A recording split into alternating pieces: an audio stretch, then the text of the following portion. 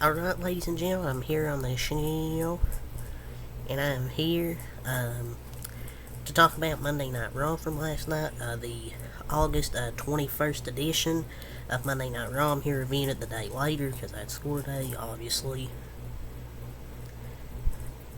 And it was a decent episode last night. I thought it was okay.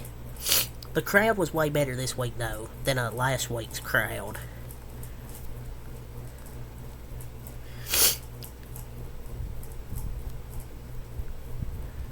So, that was a positive. And there was some good stuff on the show.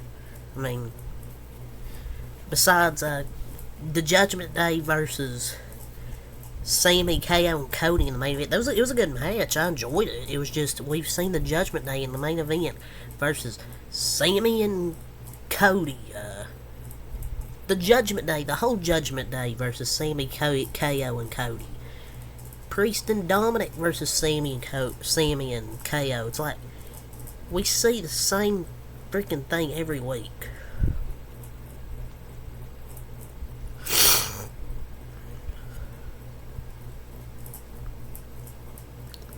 But yeah, let's talk about this more. So to start the show, we had Sami Zayn come out in his hometown. A great crowd reaction for Sami Zayn. What a reaction. It's just stuff like that puts you in a great mood to see someone like him so loved by the fans there in his hometown. It was a great crowd. Fantastic reaction. Just hearing a crowd bring that energy, the way a post-WrestleMania crowd brings to the show, makes me fired up and want to keep watching the show instead of the normal Monday Night Raw. Just being a bore fest and I fall asleep. It's very cool to see a genuine reaction for Sami and Elimination Chamber. So he gets good crowd reaction, especially from the Canada crowds. But another Judgment Day versus Sami/KO match, dude.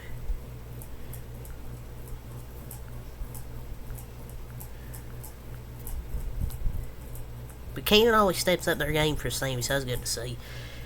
Sami Zayn's out there, a few minutes, getting the crowd fired up for the open of the show. Talks for a few minutes, but then here comes the Judgment Day. And they surround the ring, and before they're about to attack, Sami says, "Hold up." He says something, I guess, in Canadian. And he basically calls the Judgment Day stupid for thinking he didn't bring somebody, and here comes Kevin Owens. Kevin Owens is back. He's made his return. So good to see Kevin Owens is back. So it sets up Sami Zayn and Kevin Owens. Kevin Owens saying he's been out of action for way too long and he wants a match tonight. So he said Sami Zayn and KO versus two members of Judgment Day. And that was basically the build throughout most of the show. Who would be the two partners to face KO and Sami? Oh great, another KO/Sami versus Judgment Day match in the main event. And this time you could add, whoa, Cody Rhodes. One of my favorites, but tired of seeing the same main event, man. Also during the show we got like a thing of Nakamura. That presentation they had of Shinsuke Nakamura's explanation was 1,000 times better than whatever the hell they did last week. He basically brought up what he said to Whisper and Seth Rollins' ear was his back. That his back was injured. That was pretty sweet. It's probably one of the best things they've ever done with Shinsuke. It was a great package as long as you got the subtitles, so you can let him fly in Japanese if he wants to. Because as long as you have like the subtitles on the screen. That was a great promo from him. It actually made sense. Because Seth Rollins, he said in a later backstage segment, his back is injured. He has a really bad injury. And it seems like Seth is going to be written off TV at some point soon so he can get the surgeries. He needs surgery. He even mentioned it with the back injury. He just needs to get the surgery, man, before it gets too late. And Shinsuke went like full anime villain, and I'm here for it. I love to see him, man. I'm not sure why, but I love it.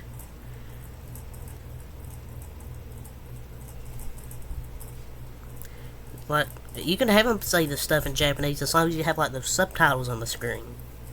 But this was so much better than last week.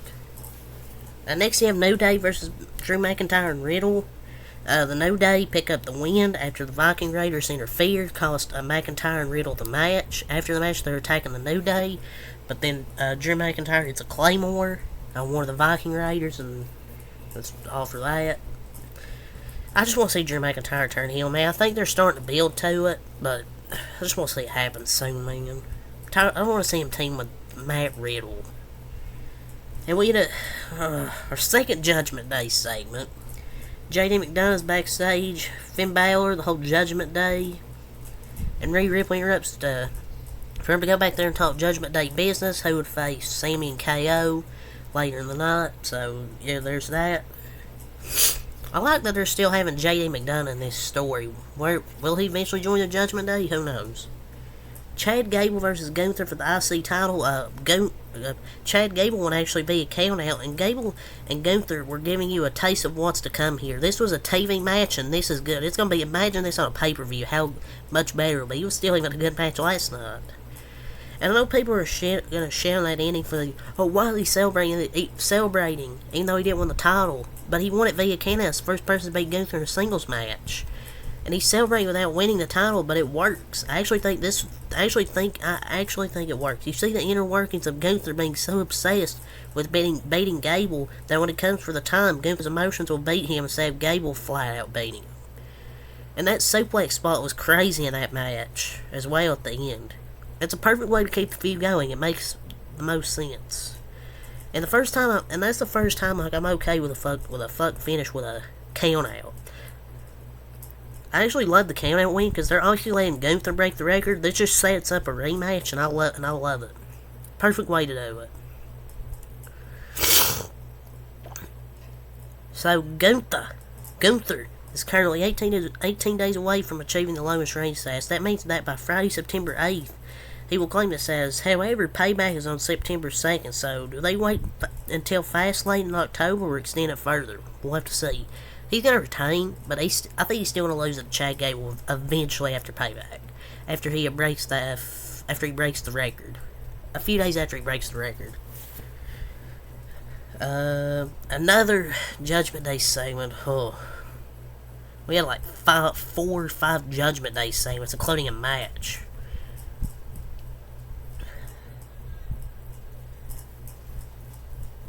Candice LeRae versus Rhea Ripley. Pretty much another squash match like Indy Hartwell. These two, Indy Hartwell and Candice LeRae, can put on good quality matches. Instead, they just have Rhea Ripley squash them. Like, is that all Rhea Ripley does now, is just squash people? Like, I get you want to make her look like a badass because she is, but can you at least have some good quality women's matches? Last night we had a total, feels like tonight, but we had a total of 5 minutes of women's wrestling on the show, and both sucked. State of the women's division. But yeah, then Rhea wins like 2 minutes. Indy Hartwell and Candice LeRae's return. Indy Hartwell on the main roster has been a disaster. So's Candice LeRae's return. They've done nothing with those two. Raquel attacks after the match and said she's medically cleared and she'll face Rhea Ripley at Payback. Should be a decent match, I guess. Ciampa kind of really good backstage segment. I can't really remember what he said, but I know it was really good. Basically mentioned how he came inches close to getting an IC title opportunity. So next we have The Miz, and he's basically saying, talking trash about LA Knight, and then says he'll face an opponent that LA Knight hasn't faced. A tougher opponent. And here comes Akira Tozawa. And the LA Knight interrupts, gets a great crowd reaction. LA Knight continue getting those good crowd pops. And Akira Tozawa gets the pin over The Miz. He gets the fruit roll up. 1, 2, 3. Akira Tozawa wins, and LA Knight hits the Blood Force Trauma on The Miz, and LA Knight on top.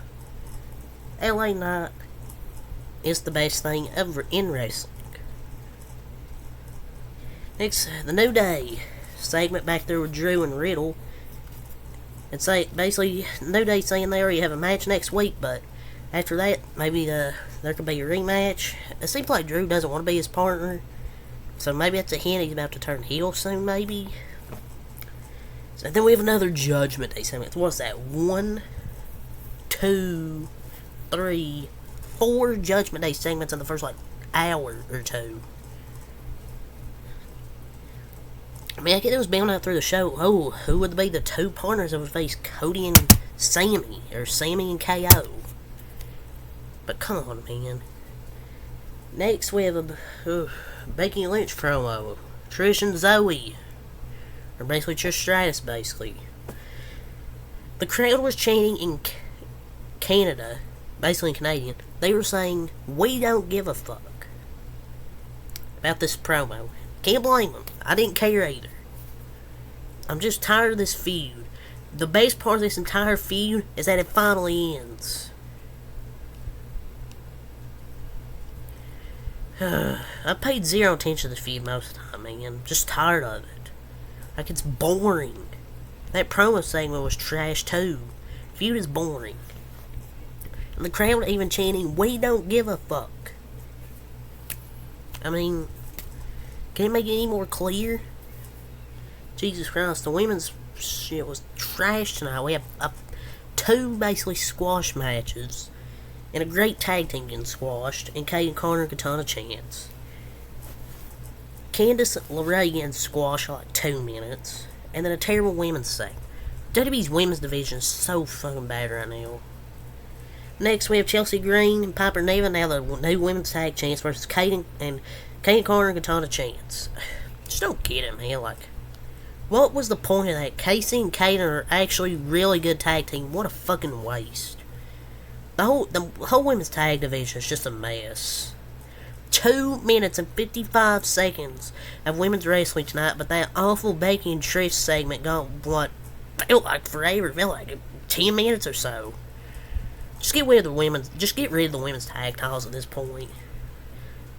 The state of women's wrestling in both companies is just awful. And I'll say, and I've said this and I'll keep saying it, they only book the women because they have to, it's not because they want to.